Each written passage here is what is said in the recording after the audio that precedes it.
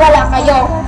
Mahirap ang buhay at nararamdaman namin ang inyong sakripisyo para sa amin.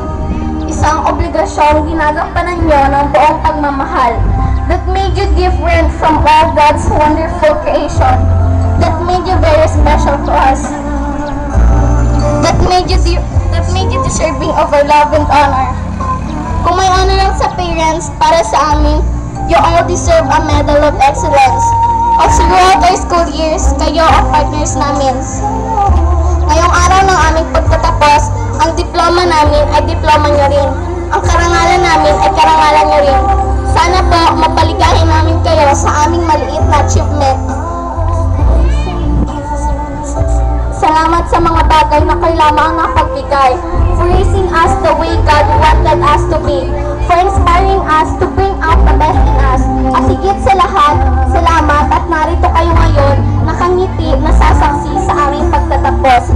Saludo po kami sa inyo.